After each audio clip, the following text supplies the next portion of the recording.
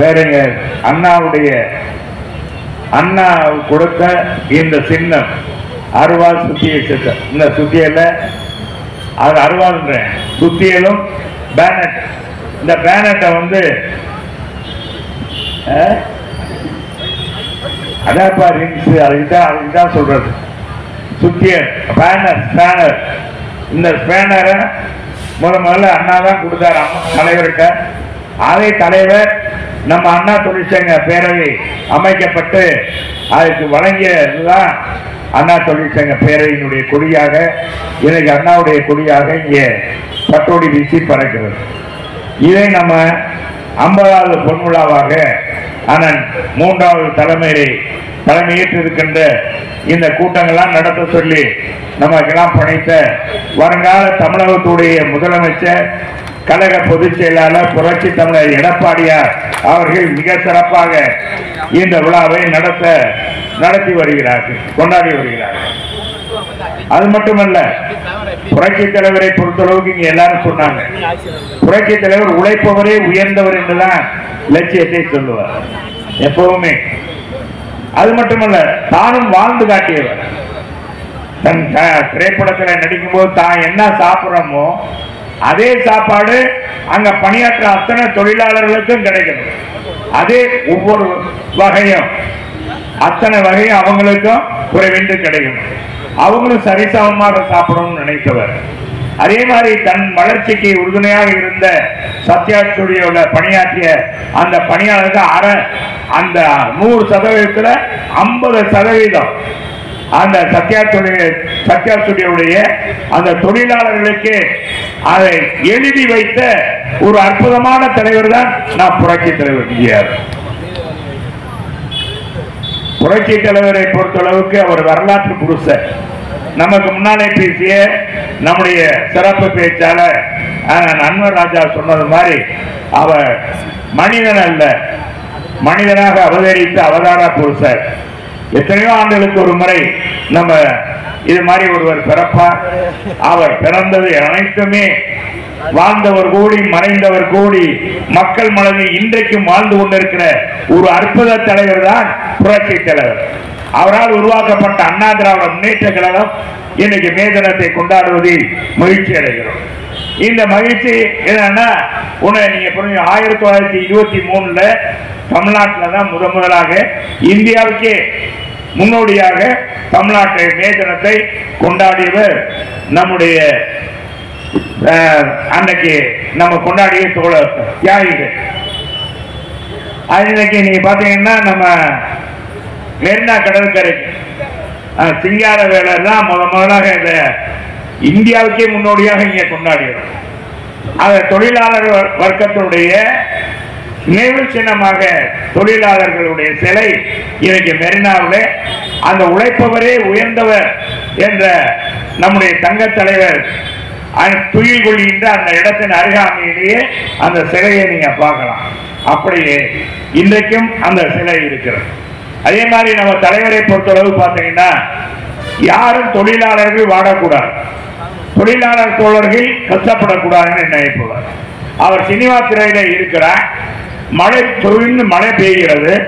மழை பெய்யதை பார்த்து அங்க ரிக்ஷா தொழிலாளர் உண்ட முடியாமல் அதே மழையில நனைந்து கொண்டு அன்னைக்கு எல்லாம் பாத்தீங்கன்னா மக்களை வண்டியில ஏற்றி கொண்டு ரிக்ஷாவில் ஏற்றி இழுத்து செல்கிறார்கள். இதை பார்த்த மழையில் நனைந்து செல்கிற அந்த தொழிலாளர்களுக்கு சென்னையில் இருக்க அத்தனை தொழிலாளர்களுக்கும் ரெயின்கோட் வாங்கி கொடுத்த ஒரு அற்புதமான குணமுடைத்தவர் புரட்சி தலைவர் எம்ஜிஆர் என்பதை நீங்கள் புரிந்து கொள்ள வேண்டும். அது மட்டுமல்ல, அவரை புரட்சி தலைவரை ஒற்றி புரட்சி தலைவர் ஆட்சிக்கு வந்த பிறகு தொழிலாளர் ஒழுக்கத்திற்காகவே சென்னையிலே ஜீவா இல்லம் என்ற இல்லத்தை தொடங்கி 2 ரூபா ஒரு நாளைக்கு 2 ரூபா கொடுத்தா போதும் சர்வீஸ் சார். அங்கே வந்து தங்கிட்டு தங்க பணியை முடித்துட்டு போகலாம். தொழிலாளர்களுக்கே உருவாக்கப்பட்ட அந்த ஜீவா இல்லத்தை புரட்சி தலைவர் தான் கட்டி கொடுத்தார். இன்றைக்கும் அந்த ஜீவா இல்லம் இயங்குகிறது என்பதை நீங்க புரிந்து கொள்ள வேண்டும். அதே மாதிரி பாத்தீங்கன்னா புரட்சி தலைவர் அம்மா அவர்கள் தொழிலாளர்களுக்கு ஊழியர்களுக்கு பல திட்டங்களை இயற்றி தொழிலாளர்களுக்கு மகிழ்ச்சியாக இருக்க வேண்டும் என்று அவர் வாழ்க்கையை ஒளியேற்றியவர் நம் தங்கமன தலைவி புரட்சி தலைவி அம்மா அவர்கள். நலிந்து போயிருந்த நம்முடைய போக்குவரத்து தொழிலாளர் அந்த போக்குவரத்து கார்பரேஷனவே அதை விட்டுவிடலாம் என்று திமுக காலத்திலே எல்லா பணிமனையிலும் அடமானம் வைத்து விட்டார்கள். எல்லா பணிமனையும் அதிகமாக வைத்து விட்டார். 2006 இருந்து 2010 வரை ஆட்சியில் இருந்த திமுக 2011 வரை ஆட்சியில் இருந்த திமுக கலைஞர் கருணாநிதி எல்லா பணிமனையும் அடமான வைத்து வண்டி டீசல் வாங்க முடியல. டீசல் பண்ணுங்க அங்க பார்த்தா டீசல் இல்லாம வண்டி நிற்கும். டீசலுக்கெல்லாம் வண்டி அடமான வைத்து பணத்தை பெற்று பேர் பாஸ் கொடுக்க மாட்டேன்ட்டாங்க. அவ்வளவுதான். அதுல பணியாற்ற பணியாளர்கள் அவ்வளவுதான் அப்படின்னு நினைத்த நேரத்தில் இந்த துறையை மீண்டும் அம்மா அவர்கள் 2012 முதலமைச்சரான புத்துயிர் வழங்கி பாத்தீங்கன்னா அந்த கார்பரேஷனை போக்குவரத்து அந்த கார்பரேஷனை நிலைநாட்டியவர் அரசு டிரான்ஸ்போர்ட் கார்பரேஷனை நிலைநிறுத்தியவர் யார் என்றால் தங்கமன தலைவி புரட்சி தலைவி அம்மா. போக்குவரத்து தொழிலாளர் ஒவ்வொருவரும் நீங்கள் நினைத்து பார்க்க வேண்டும். அது மட்டுமல்ல, புரட்சி தலைவி அம்மா அவர்களை பொறுத்த அளவுக்கு அவர்கள் இந்த தமிழகத்துக்கு கிடைத்த ஒரு அற்புதமான சொத்து. தொழிலாளர்களுக்காக எத்தனை இன்னல் வந்தாலும் அதை ஏற்றுக்கொண்டு தன்னுடைய அரசே டீசல் மானியம் கொடுத்தது. இந்த கார்பரேஷனை காப்பாற்ற 500 கோடி ரூபாய் முதலில் கொடுத்தார். பாத்தீங்கன்னா அதே மாதிரி பாத்தீங்கன்னா 20,000 பேருந்துகள் புரட்சி தலைவி அம்மா காலத்திலையும் புரட்சி தமிழர் எடப்பாடியார் காலத்திலும் வாங்கப்பட்டது. 16,000 பேருந்துகள் வாங்கி 20,000 பேருந்துகள் இன்னைக்கு ஒப்பந்தம் போடப்பட்டு 16,000 பேருந்துகள் வாங்கப்பட்டது. ஆனா திமுக ஆட்சி வந்து 4 வருஷம் ஆச்சு. 4 வருஷத்துல ஏதாச்சும் வாங்குறாங்களா? இப்ப 1000 வாங்க போறோம், 500 வாங்க போறோம் சொல்றாங்களே ஒழிய இதுவரை வாங்கவே இல்லை. பழைய பேருந்துகளை புதுப்பித்து தான் இப்பதான் 1-2 பேருந்துகள் இப்பொழுதுதான் வாங்கியிருக்கிறார்கள் என்பதை நீங்க புரிந்து கொள்ளணும். அதே மாதிரி திமுக காங்கிரஸ் மத்தியிலே ஆளுகிறார்கள். மத்தியில் ஆண்டு கொண்டு இருக்கும் போது ஐக்கிய முற்போக்கு கூட்டணி ஆட்சி, அந்த ஐக்கிய முற்போக்கு கூட்டணி ஆட்சியில நெய்வேலி சுரங்கம் உங்களுக்கு எல்லாம் தெரியும். இந்த நெய்வேலி சுரங்கத்துல பழுப்பு நிலக்கரி எடுக்கிற அந்த NLC தொழிற்சங்கத்தை அதில் இருக்கிற அந்த தொழிலை 5% பங்கை அதை ஏற விடுவதற்கு முற்படுகிறார்கள். உடனடியாக அம்மா அவர்கள் அதை தடுத்து அதை தமிழக அரசே வாங்கிக் கொள்ளும் என்று நிலைநாட்டி இன்றைக்கு அந்த தொழிலாளர்கள் பாதுகாப்பு கொடுத்ததும் புரட்சி தலைவர் அம்மா என்பதை நீங்க புரிந்து கொள்ள வேண்டும். எனவே அது மட்டுமல்ல, ஒரு பொதுத்துறை நிறுவனம் தனியாருக்கு போக வேண்டியதை தடுத்து நிறுத்திய புரட்சி தலைவர் அம்மா என்பதை இந்த நேரத்தில் குறிப்பிட விரும்புகிறேன். அது மட்டுமல்ல, இன்றைக்கு நம்முடைய கட்சி அண்ணா திராவிட முன்னேற்ற கழகத்துல தான் இங்க தம்பி சக்தி விநாயகர் பாண்டி இருக்காரு, இன்னைக்கு மகாலிங்க இருக்காரு.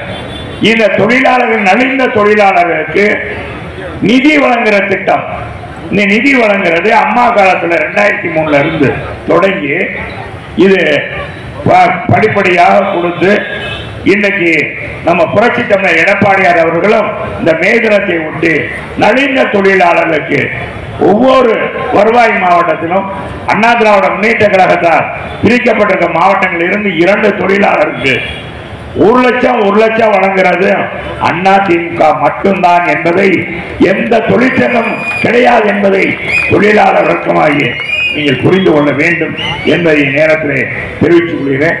அந்த குடும்பத்திற்கு 1 லட்சம் கொடுக்கும் போது மிக சிறப்பாக அந்த குடும்பத்தை வாழ்வைக்கின்ற தெய்வங்களாக இன்னைக்கு புரட்சி தலைவர் அம்மா மாண்புமிகு அண்ணன் எடப்பாடியார் திகழ்கிறார் என்பதை நீங்க புரிந்து கொள்ள வேண்டும்.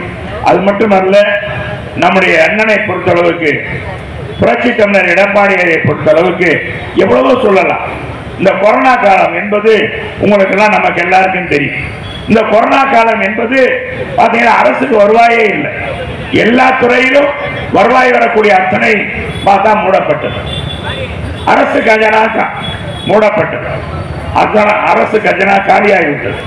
இருந்த போதிலும் மன வலிமையோடு புரட்சி தலைவர் எடப்பாடியார் என்ன செஞ்சார்?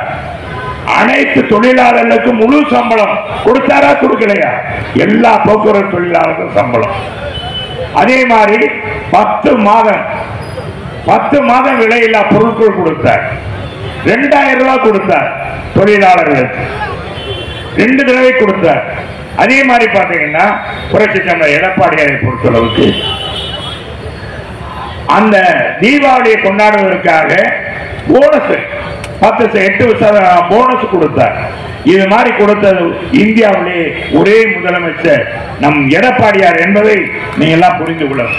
10% போனஸ் கொடுத்து தீபாவளியை கொண்டாட வைத்தவர், தொழிலாளர்களை கொண்டாட வைத்தவர் நம் புரட்சி தமிழர் எடப்பாடியார் என்பதை அவரைத்தான் நம்ம 2026 மீண்டும் முதலமைச்சர் ஆக்க வேண்டும். அதுக்காக தொழிலாளர்களை நீங்க எல்லாம் பாடுபட வேண்டும் என்று இந்த நேரத்தில் கேட்டுக் கொள்கிறேன். அதே மாதிரி பாத்தீங்கன்னா அம்மா காலத்திலும் சரியான எடப்பாடியார் காலத்தில் இவர்களுக்கான சம்பளம், போக்குவரத்து பணியாளர்களுக்கு சம்பள உயர்வு வழங்கி சாதனை படைத்தது அண்ணன் எடப்பாடியார். 21.6% சம்பளம் கொடுத்தாங்க. ஆனா விடியல் தருவோம் ஆட்சிக்கு வந்த திமுக இன்னைக்கு எவ்வளவு கொடுத்திருக்காங்க? 5% தான் உயர்த்திருக்காங்க. உண்மையா இல்லையா? 5% கொடுத்திருக்காங்க. அதுக்கு மேல இன்னும் சம்பள உயர்வே கொடுக்கல. ஈட்டு வெடிப்பு அதை இது தரேன்னு சொல்லிட்டு பழைய ஊதியத்தை நிறைவேற்றேன்னு சொல்லிட்டு இதுவரை இந்த அரசாங்கம் நிறைவேற்றவில்லை என்பதை நீங்க புரிந்து கொள்ளணும். அது மட்டுமல்ல, அரசு பணியாளர்கள் இங்கே சொன்னாங்க, துப்புரவு பணியாளர்லாம் பார்த்தா இன்னைக்கு போராட்டம் பண்ணி கொண்டிருக்கிறார்கள். பணி நிரந்தரம் செய்யணும், பணி பாதுகாப்பு இல்லை, ஒப்பந்த பணியாளர்கள் போடுறாங்க. இன்னைக்கு பாத்தீங்கன்னா அது எங்களுக்கு மிகப்பெரிய வேலை இழப்பை ஏற்படுத்தும். இந்த அரசாங்கம் எங்களுக்கு எல்லாம் செய்யறேன்னு சொல்லிட்டு இன்னைக்கு ஏமாற்றிட்டு சொல்லி இன்னைக்கு தொழிலாளர் வர்க்கம் அத்தனை பேருமே இன்னைக்கு சொன்னாங்களே. எனக்கு முன்னாலே பேசிய அண்ணன் அன்வராஜா சொன்னார், தம்பி MS பாண்டியன் சொன்னார், ஒரு தேர்தல் வந்தா அவங்களுக்கான வாக்காளர்களாக அரசு ஊழியர்கள் மாறி விடுவார்கள். எல்லா அரசு ஊழியர்களும் இன்னைக்கு அப்படி இந்த ஆட்சியை அமர வைத்து இன்னைக்கு அழகு பார்த்துக்கிட்டு இருக்க அரசு ஊழியர்களை, ஆசிரியர்களை இன்னைக்கு அவங்களுக்கு அல்வா கொடுத்த அரசு தான் இந்த அரசு. அது மட்டுமல்ல, நான் இன்னொன்னு சொல்லணும்னா, இவங்க அரசு ஊழியரை தான் ஏமாத்துறாங்க, அங்கன்வாடி பணியாளர்களே ஏமாத்துறாங்க, ஆசிரியரை ஏமாற்றுறாங்க, டாக்டரை ஏமாற்றுறாங்க இந்த அரசு. அப்படின்னா எங்களையும் விட்டு வைக்கல, சட்டமன்ற உறுப்பினர்களையும் எங்களையும் விட்டு வைக்கல. என்ன சொன்னாங்கன்னா, எங்கெல்லாம் உங்க தொகுதியின் முதலமைச்சர், உங்களுக்கு தெரியும், உங்க தொகுதியின் முதலமைச்சர் அடிப்படையில் நீங்க ஒரு 10 கோரிக்கைகளை எழுதி கொடுங்க, நான் நிறைவேற்றி தருகிறேன் சொன்னார் கலைஞருடைய மகன் நம்ம மு.க. ஸ்டாலின். அவங்க அப்பாவுக்கு தப்பாத பிள்ளையாக வாயில தான் இனிக்க பேசினாரே ஒழிய செயல்ல ஒண்ணுமே இல்லை. இதுவரை எங்களுக்கும் அல்வா கொடுத்து விட்டார் நம்முடைய முதலமைச்சர். இந்த தொகுதியில் இருக்கிற பிரச்சனைகள், இந்த பகுதியில சாக்கடை நிரம்பி போகிறது, இதுக்கெல்லாம் ஒரு பெரிய 5 வார்டு 6 வார்டுக்கு ஒரு இடத்துல நம்ம மிகப்பெரிய இந்த கழிவுநீர் அகற்றுகின்ற ஒரு மிஷின் அமைக்க வேண்டும். அந்த ஒரு தொட்டி அமைத்து அது வெல் மூலமாக அதை உருவாக்கி கலெக்ட் பண்ணி அதை ராட்சச மோட்டர் மூலமாக வெளியே கொண்டு வரணும் ஒரு திட்டம் கொடுத்தோம். மேற்கு தொகுதியில் ஒரு தொகுதிக்கு ஒரு விளையாட்டு திடல் அதையும் எழுதி கொடுத்தோம். ஒண்ணுமே இந்த அரசாங்கம் நிறைவேற்றல. ஒண்ணு இந்த மயான நடராஜ தேட்டர்கிட்ட இருக்க, நடராஜ நகர்கிட்ட இருக்கிற இந்த மயானம் மட்டும்தான் எங்களுடைய, அதுவும் எங்க காலத்திலே கொடுக்கப்பட்டு எடப்பாடியாரும் கொடுக்கப்பட்டு கொண்டு வரப்பட்டதுதான் அந்த மயானம் என்பதை நீங்க புரிந்து கொள்ளணும். இது மட்டும் இல்ல, இன்னைக்கு எல்லாருக்குமே பாத்தீங்கன்னா இந்த ஆட்சியை எப்ப அகற்றலாம், எப்ப விரட்டலாம் அப்படின்னு தான் மக்கள் நினைக்கிறாங்க. இதுல என்ன சொல்றாரு முதலமைச்சர்னா, இன்னைக்கு சட்டமன்றத்திலையும் சரி வெளியே சரி அவர் மட்டும்தான் சொல்றாரு. என்ன சொல்றாரு? நாங்க 200 தொகுதியில ஜெயிப்போம். இப்ப போன 2 நாளைக்கு முன்னால நேற்றே முந்தா நாள் கூட்டத்துல 234 203 கூப்பா புதிய பறவையில ஒரு படத்துல புதிய பறவை சிவாஜி கணேசன் நடிச்ச படம். அதுல சிவாஜி கணேசனை சரோஜா தேவி அவங்க காதலிப்பாங்க. ஏற்கனவே அவருக்கு சவுகார் ஜானகி கல்யாணம் ஆயிருக்கும். அதுல ஒரு வசனம் வரும், கோபால் இப்படி ஆசை வார்த்தைகளா சொன்னீங்களே, என்னன்னா கோபால் சொன்னீங்க, அத்தனையும் பொய்யா அப்படின்னு சொல்லுவாங்க. அத்தனையும் பொய்யா அப்படின்னு சொல்லுவாங்க. அந்த அம்மா சொல்லுவாங்க, கோபால் என்னை இப்படி ஏமாற்றுறீங்கன்னு நான் நினைக்கவே இல்லை. இன்னைக்கு மக்கள்லாம் நினைக்கிறது அந்த கோபாலாக இருக்கிற ஸ்டாலினை பார்த்து என்னன்னா ஆசை வார்த்தை சொன்னீங்க, இன்னைக்கு கேஸ் மானியம் 100 ரூபாய் கொடுப்போம், பெட்ரோல் டீசல் விலை குறைப்போம், பெட்ரோலுக்கு 5 ரூபா, டீசலுக்கு 4 ரூபா அப்படின்னு சொன்னீங்க, மின்சார கட்டணம் ஏத்த மாட்டேன்னு சொன்னீங்க, ஏன் கோபால் இப்படி ஏத்துனீங்க, நியாயமா அப்படின்னு அந்த அம்மா கேட்கிற மாதிரி இன்னைக்கு மக்கள் எல்லாம் கேட்டுக்கொண்டிருக்கிறாங்க. அரசு ஊழியர் கேட்கிறாங்க, ஏன் கோபால் ஸ்டாலின் அவர்களே அதை கேட்கிற மாதிரி, முதலமைச்சர் அவர்களே நியாயமா தேர்தல் நேரத்தில் என்னன்னா சொன்னீங்க, நாங்க நடத்துற மாநாட்டில் உங்களுக்கு பழைய ஊதியம் நிறைவேற்றுவோம் சொன்னாங்க, சொன்னீங்களே இன்னைக்கு என்னாச்சு கோபால், என்ன முதலமைச்சரே அப்படின்னு கேட்கிறாங்க. இப்படி எல்லாரும் அதுல சிவாஜி கணேசனை கேட்கிற சரோஜா தேவி கேட்கிற மாதிரி மக்கள் எல்லாம் இன்னைக்கு நம்ம முதலமைச்சரை கேட்கிற எந்த திட்டத்தையும் நிறைவேற்றாம இன்னைக்கு என்னன்னா 234 அது இவரா ஜெயிப்போம் சொல்றாரா, நாங்க ஜெயிப்போம். யாரப்பா நாங்க, எங்க அம்மா மாதிரி தனித்து நிற்க உனக்கு தகுதி இருக்கா? நான் இங்க கூட சொல்றேன், இந்த மே தினத்துல தொழிலாளர் தோழர்களை வைத்துக் கொண்டு சொல்றேன், இத்தனை கூட்டணி வச்சுங்க. சரி, மார்க்சிஸ்ட் கம்யூனிஸ்ட் கட்சி என்ன செஞ்சிருக்காங்க? மார்க்சிஸ்ட் கம்யூனிஸ்ட் கட்சி கம்யூனிஸ்ட் தோழர்கள், இந்திய கம்யூனிஸ்ட், இவங்க என்னன்னா போராட்ட குணம் நிறைந்தவர்கள், தொழிலாளருக்காக போராடக்கூடியவர்கள். இந்த 4 ஆண்டுகள் என்ன செய்திருக்கிறார்கள்? எங்கெங்க எனக்கு சட்டத்துக்கு புறமாக போதைப் பொருள் மாநிலமாக தமிழகம் மாறி இருக்கிறது, கொலை கற்பழிப்பு நடக்கிறது, 5 வயசு சிறுமியிலிருந்து 80 வயசு பாட்டி வரைக்கும் விட மாட்டேங்கிறான். இன்னைக்கு அத்தனை பாலியல் சீண்டல்கள் நடக்கிறது. அரசு ஊழியருக்கு பாதுகாப்பு இல்லை. கனிமவளை கொள்ளையர்கள் இன்னைக்கு அவங்க அட்டகாசை பொறுக்க முடியல. அலுவலகத்திலே நிறைந்து அடிக்கிறான், அலுவலகத்திலே சேர்ந்து கொலை பண்றான். அதை தட்டி கேட்கல. இந்த அரசாங்கம் என்ன செய்து இன்னைக்கு அடுத்த மாநிலங்களுக்கு கனிமம் கடத்தப்படுகிறது. இதையெல்லாம் தடுப்பதற்கு இந்த அரசுக்கு வக்கீல். மின்சார கட்டணத்தை ஏற்ற மாட்டேன்னு ஏற்றிட்டாங்க. ஏத்துட்டு இன்னைக்கு என்ன ஸ்டாலின் சொல்றாரு, நாங்க 234 ஜெயிச்சிருவோம். எப்படியா ஜெயிப்ப? அரசு ஊழியர் எதிர்ப்பா இருக்காரு, மக்கள் எதிர்ப்பா இருக்காங்க. அதுக்கு என்ன சொல்றாரு, தான் போறதெல்லாம் போற இடங்கள்லாம் மக்கள் கூடுறாங்க.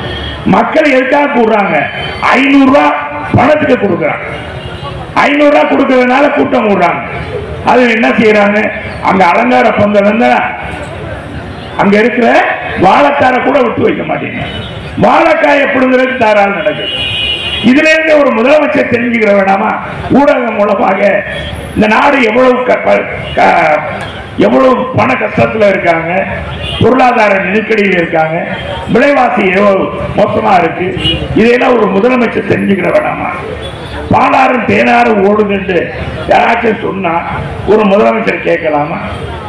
இந்த முதலமைச்சர் எதை பற்றி கவலை இல்லை. நடிப்பு நடிப்பு நடிப்பு தான். காலையில இருந்தா ஒரு ஷூட்டிங், மாலையில ஒரு ஷூட்டிங், நீ அவ்வளவுதான், அதோட அடுத்த நாள் ஷூட்டிங். இதுதான் இந்த முதலமைச்சர். இன்னைக்கு இதையெல்லாம் செய்து இந்த தொழிலாளர்களுக்கு என்ன செய்திருக்க? போக்குவரத்து தொழிலாளர்களுக்கு பழைய ஊதிய திட்டத்தை நிறைவேற்றிருக்கிறோம். டிஎஸ் செல்வன் சொன்னீங்க, இதுவரைக்கும் கொடுத்தீங்களா? முழுமையாக கொடுத்தவர் எங்களுடைய புரட்சி தமிழர் எடப்பாடியார். கொரோனா காலத்திலே கொடுத்தாரு. நீ என்ன செய்யல? எதுவுமே செய்யல. இன்னைக்கு இந்த ஆட்சியில என்ன இயற்கை இடர்பாடு உண்டா? வெள்ளம் வந்ததா? புயல் வந்ததா? வறட்சி வந்ததா? அத்தனையும் எங்க காலத்தில் நாங்க பார்த்தோம். அத்தனையும் சமாளித்து மக்களுக்கு தேவையானதை கொடுத்து 2016 தனித்து நின்று ஆட்சிக்கு வந்த கட்சி அதிமுக. இன்னைக்கு அம்மா பிறகு எங்க கட்சி அழிஞ்சு போச்சு சொன்னவெல்லாம் ஸ்டாலின். என்ன சொன்னாரு? இனி அவ்வளவுதான், நான் தான் முதலமைச்சர். அம்மா டிசம்பர்ல மறைகிறாங்க, கையில ஜனவரியில நாங்க ஆட்சிக்கு வந்துருவோம் சொன்னீங்க. உன்னால நிறைவேற்ற முடிஞ்சா? ஜோசியம் பார்த்தீங்க, ஏதாவது முடிஞ்சதா? அடுத்த தேர்தலில் 3% வாக்கு வித்தியாசத்துல நீங்க ஆட்சிக்கு வந்திருக்கீங்க. இன்னைக்கு மக்கள் எதிர்ப்ப சம்பாதிச்சிருக்கீங்க. மீண்டும் எப்படி நீ ஆட்சிக்கு வருவ? இன்னைக்கு யார இவங்க கூட்டணி வச்சா, பாரதிய ஜனதா கூட்டணி வச்சா இனிக்கும், நாங்க கூட்டணி வச்சா கசக்குது. உங்க அப்பா கூட தான் சொன்னார், காங்கிரஸ் கூடா நட்பு கேடா முடிந்தது, இனிமேல் எந்த காலத்திலையும் காங்கிரஸோடு கூட்டணி வைக்க மாட்டோம் சொன்னாரா இல்லையா? நீங்களே பேசுறீங்களே, காங்கிரஸோடு கூட்டணி வைத்தால் திராவிட முன்னேற்ற கழகம் அந்த மேடையில் ஏறி நான் பேசவே மாட்டேன், வாக்கு கேட்கவே மாட்டேன் சொன்னதானே இன்னைக்கு இருக்கிற முதலமைச்சர். இன்னைக்கு வாய்க்கிலேயே பேசுறார் சட்டமன்றத்தில், அதே இதுன்னு சொல்றாரு. இத்தனை கட்சியும் சரி சரி மார்க்சிஸ்ட் கம்யூனிஸ்ட் கட்சி இத்தனை அநியாயம் அத்துழியம் நடக்குது, இதை தட்டி கேட்க வகை உண்டா? நம்ம அன்வராஜா கூட தவறான தகவலை சொல்லிட்டு போயிட்டார். சாம்சங் தொழிலாளர் போராடியது, அதை அடக்குமுறை வைத்து அடக்கியது காவல்துறை, கருணாநிதி ஸ்டாலினுடைய காவல்துறை. அந்த காவல்துறை கண்டித்தவர் அந்த தொழிலாளர் வர்க்கத்துடைய தலைவராக இருக்கு சவுந்தரராஜன், முன்னாள் எம்எல்ஏ. அவர் தனி மனிதனாக நின்று போராடி கொண்டிருக்கிறார். சட்டமன்றத்தில் ஹாயா உட்கார்ந்திருக்காங்க. யாரு? மார்க்சிஸ்ட் எம்எல்ஏக்கள், இந்திய கம்யூனிஸ்ட் எம்எல்ஏக்கள். இவங்க போராடவே இல்லை. அது மிகப்பெரிய எழுச்சியை ஏற்பட்ட பிறகுதான் அதை தலையிட்டு அதை தீர்த்து வைக்கிறேன்னு சொல்லிட்டு கடைசியில பாத்தீங்கன்னா அந்த 12 மணி நேரம் வேற 12-8 மணி எந்த உலக தொழிலாளர்களே இன்னைக்கு நம்ம என்ன இந்த மே தினத்தை கொண்டாடுவோமோ அந்த நோக்கத்தையே சிதறடித்ததா ஸ்டாலினுடைய ஆட்சி. அவரை ஆட்சியில உட்கார வைத்து 12 மணி நேரம் வேலை வாய்ப்பு, 12 மணி நேரம் வேலை கொடுக்கணும், 6 மணி நேரம் ஓய்வு கொண்டு வந்து இதை செய்ய கொண்டு வரும்போது அன்றைக்கு எதிர்ப்பு கொடுக்காம அதிமுக மட்டும்தான் எதிர்ப்பு தெரிவித்தது சட்டமன்றத்தில். அன்னைக்கு புரட்சி தமிழர் எடப்பாடியார் வரல. உடனே நாங்க எல்லாம் வெளியே வந்து சொல்லி எடப்பாடியார் சொன்ன பிறகு அடுத்த நாள் வந்து சட்டமன்றத்தில் பேசி அதை ஊடகம் மூலமாக வெளியே கொண்டு வந்து மிகப்பெரிய போராட்டத்தை சந்திக்க நேரும் என்று சொல்லி மிரட்டியதன் காரணமாகத்தான் அந்த சட்டத்தை ரத்து பண்ணல, ஒத்திதான் இந்த அரசாங்கம் வைத்திருக்கு. இது கூட இந்த கூமுட்டை கம்யூனிஸ்ட்காரங்களுக்கு தெரியல, பொதுக்குழு பொதுவுடைமை கட்சிக்கு இது கூட தெரியல. அவங்க இங்க கூட்டம் போடுறாங்க, மேதன கூட்டம் நாங்க போட்டு நாம வர ஜெயாத்திட்ட கூட்டம் போடுறோம். நானும் தான் ரவுடின்னு மாதிரி தொழிலாளருக்கு உங்களுக்கு இன்னைக்கு நிறைய இடைவெளி ஆகி போச்சு. அந்த போராட்ட குழமே உங்களுக்கு இல்லையே. இன்னைக்கு 5% 21.6% சம்பள உயர்வு கூடுதலா 5% கூடுதலா நம்ம ஸ்டாலினுக்கு தான் கணக்கு தெரியாது. 2500 1100 சேர்ந்து 5000 அவர் சொல்லுவார். கம்யூனிஸ்டுக்காரங்களுக்கு தெரியலையா? 21% 5% தெரியல. நான் கூட்டுறவுத்துறை அமைச்சராக இருக்கும் போது எங்களுடைய கூட்டுறவுத்துறையில ஒரு போராட்டம் கிடையாது. ஒரு போராட்டம் தொழிலாளர்கள் என்னுடைய பதவி காலத்தில் கிடையாது. அந்த தொழிலாளர்களுக்கு அவர் கேட்க முடிய கூலி அதிகமாக கொடுத்த புரட்சி தமிழர் எடப்பாடியும் புரட்சி தலைவர் அம்மாவும் அதை கொண்டு செலுத்தவர் நான். அவருடைய கொடுத்து இன்னைக்கு அரசாங்கத்தில் இன்னைக்கு எங்க கூட்டுறவுத்துறை மூலமாக தான் அது சம்பளம் கொடுக்கப்படுகிறது. அதற்கான உயர்வு கொடுத்தாலும் குறைஞ்சபட்ச 7% 21% கொடுத்தது அண்ணா திராவிட முன்னேற்ற கழக ஆட்சியில். நீங்க புரிஞ்சுக்கணும். ஆனா இவங்க எதுவுமே இந்த ஆட்சியில செய்யல. இங்கே மாநகராட்சியில் எடுத்துக்கங்க, துப்புரவு பணியாக இன்னும் போராடி கொண்டு இருக்கிறாங்க. எங்க நிரந்தர ஆக்கிரம் நீங்களே ஏன் நிரந்தர ஆக்கல? இன்னைக்கு பணி நிரந்தரம் கொடுங்கன்னு போராடுகிறார். அந்த துப்புரவு பணியாளருக்கு எந்த உதவியும் செய்யாததான் இந்த மதுரை மாநாடு. இங்க 2 அமைச்சர் இருக்காங்க. ஒரு அமைச்சர் டபி ஆக்கிட்டாங்க நம்ம பிடிஆர் பண்ணுகிறோம். அது என்ன எதனால் என்றது நம்ம அன்வராஜாவே சொல்லிட்டார். அதுக்குள் நான் போக விரும்பல. பன்னிவேல் ராஜனே இன்னைக்கு அந்த பதவி வேணான்னு சொல்ற போற அளவுக்கு இருக்கிறார். இன்னைக்கு அந்த அளவுக்கு ஒரு அமைச்சராக அமைச்சரவையில் உட்கார வைத்து அசிங்கப்படுத்துறது. இந்த திராவிட இயக்கத்தை உருவாக்கிய முதல் பிடி ராஜன் அவர்கள் நீதி கட்சி தொடங்க அந்த பிடி ராஜன் குடும்பத்தினுடைய அந்த அவங்களுடைய பழிச்சொல்லுக்கு நிச்சயமாக அவங்களுடைய இதுக்கு திமுக குடும்பம் ஸ்டாலின் குடும்பம் நிச்சயமாக பதில் சொல்லியே தீரும். அந்த அளவுக்கு அசிங்கப்படுத்திட்டாங்க. காரணம் உண்மையை சொன்னதுக்காக. மதுரை மண்ணில் பிறந்தா நம்ம அதைத்தான்ப்பா சொல்லுவோம். என்னமா சொல்லுவீங்களா இல்லையா? தப்புன்னா தப்புன்னு சொல்லிட்டு போயிடுவோம். யதார்த்தமா சொல்லிட்டு போவோம். அது தப்புன்னு அவர் சொன்னாரு, ஆடியோல சொல்லிட்டாரு. அதுக்காக இந்த தண்டனையா வைத்துக் கொண்டு முதல் ஆண்டு நிதிநிலை அறிக்கையில பிடிஆர் பன்னிவேல்ராஜனே ஆகா நம்ம முதலமைச்சர் புகழ்ந்த பார்த்தீங்கன்னா வானலாவா புகழ்ந்தார். அடுத்த நிதி நிலை அறிக்கைக்கு அவரே இல்லை, மாத்திட்டாங்க. எங்கேயோ ஒரு துறையில கொண்டு போய் போட்டிருக்காங்க. இன்னைக்கு பாத்தீங்கன்னா அந்த திமுக அமைச்சரவையில அத்தனை பேர் ஜாமீன் பெற்றவங்க, எல்லாம் ஜாமீன் அமைச்சரா இருக்காங்க. இவங்களை வச்சுக்கிட்டு நாங்க 234 தொகுதியில வருவோம் சொன்னா இது மாதிரி ஒரு கேடப்பையில நம்ம பார்த்துக்கோமாப்பா நம்ம சொல்லுவாங்க. இல்ல கேடப்பையில கேடப்பையிலா இருக்காங்க, கூமுட்ட பையிலா இருக்கானயா?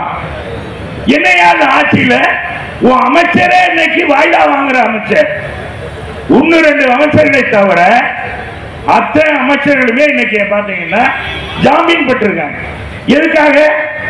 எல்லாமே பாத்தீங்கன்னா தொழிலாளர்களே நீங்க நல்லா புரிஞ்சுக்கணும். எதுக்காக? பூரா கரப்ஷன் கலெக்ஷன். இதுல நம்ம 10 ரூபா அமைச்சர் இருக்கா பாருங்க, செந்தில் பாலாஜி 10 ரூபா அமைச்சர், சாராய அமைச்சர்.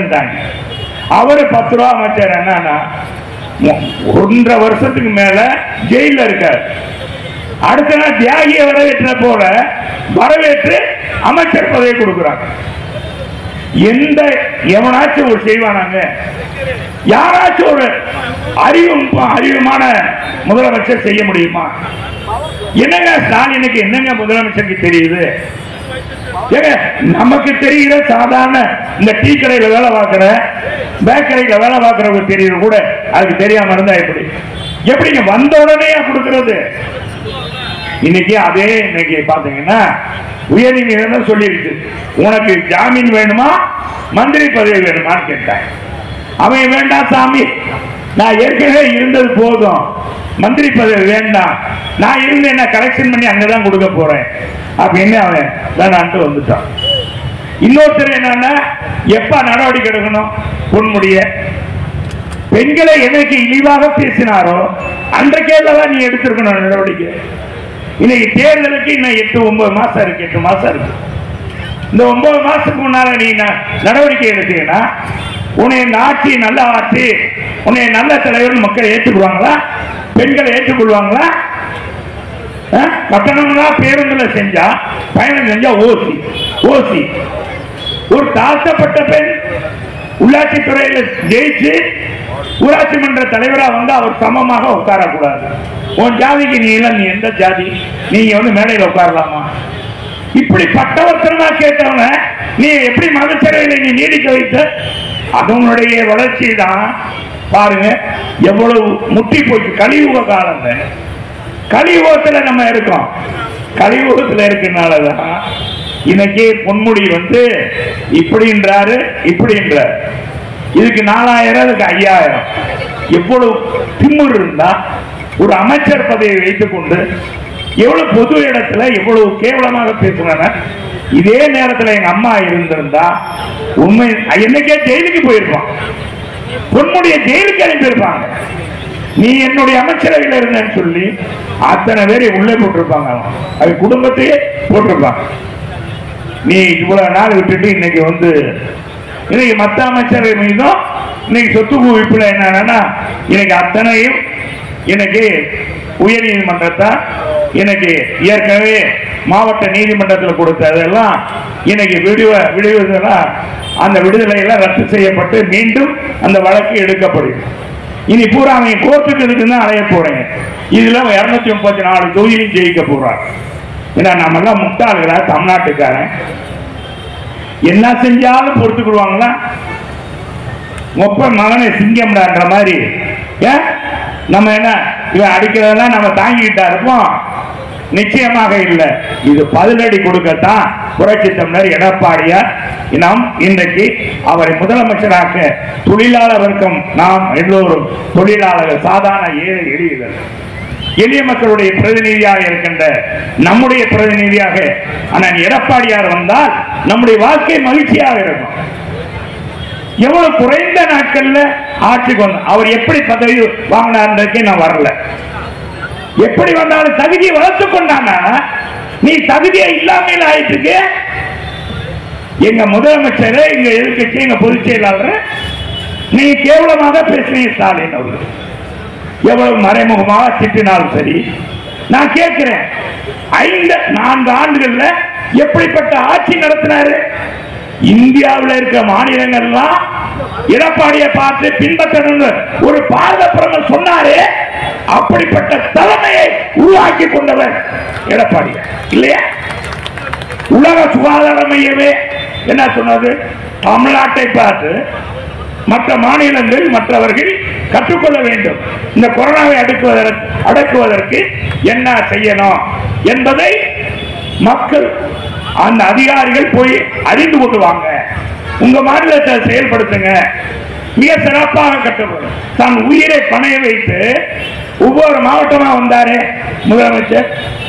ஆனா எடப்பாடியா நீ அது மாதிரி ஏதாச்சும் வந்திருக்கிய?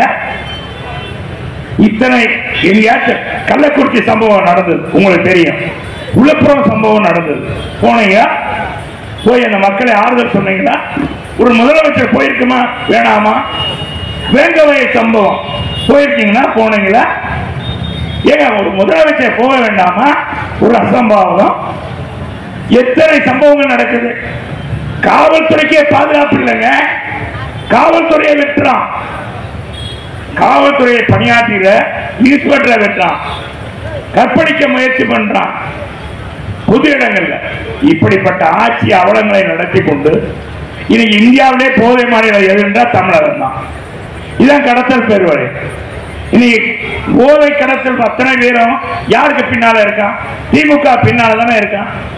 இதே காவல்துறை சந்தன கடத்தல் வீரப்பனை சுட்டு பிடித்த காவல்துறை தானே நம்முடைய காவல்துறை, அம்மாவுடைய காவல்துறை இல்லையா? துணை ராணுவத்தால் பிடிக்க முடியாத சந்தன கடத்தல் வீரப்பனை சுட்டு பிடித்தவர் அல்லவா? அப்படிப்பட்ட காவல்துறை, சட்ட ஒழுங்கை பேணி காத்த காவல்துறை இன்னைக்கு தரிகட்டி போயிருக்கிறது, நிலை குறைந்து போயிருக்கிறது. இதையெல்லாம் சரி கட்ட முடியாத ஒரு கையாளாகாத முதலமைச்சராக இருந்து கொண்டு மீண்டும் ஆட்சிக்கு வர வேண்டாம். இந்த நாடு காப்பாற்றுமா? கடவுளே வந்து அவதாரம் எடுத்தா கூட தமிழ்நாட்டு மக்களை காப்பாற்ற முடியாது. இன்னைக்கு தமிழ்நாட்டு மக்களை காப்பாற்ற வேண்டுமானால் ஒரே வழிமுறை, தொழிலாளர்கள் இன்றைக்கு இருக்க மக்கள் அனைவரும் எடப்பாடியாரை முதலமைச்சராக்க வேண்டும். நான் இந்த நேரத்தில் உறுதியிட்டு கூற விரும்புகிறேன். இந்த மேதனம் என்பது சாதாரண மேதனம் அல்ல.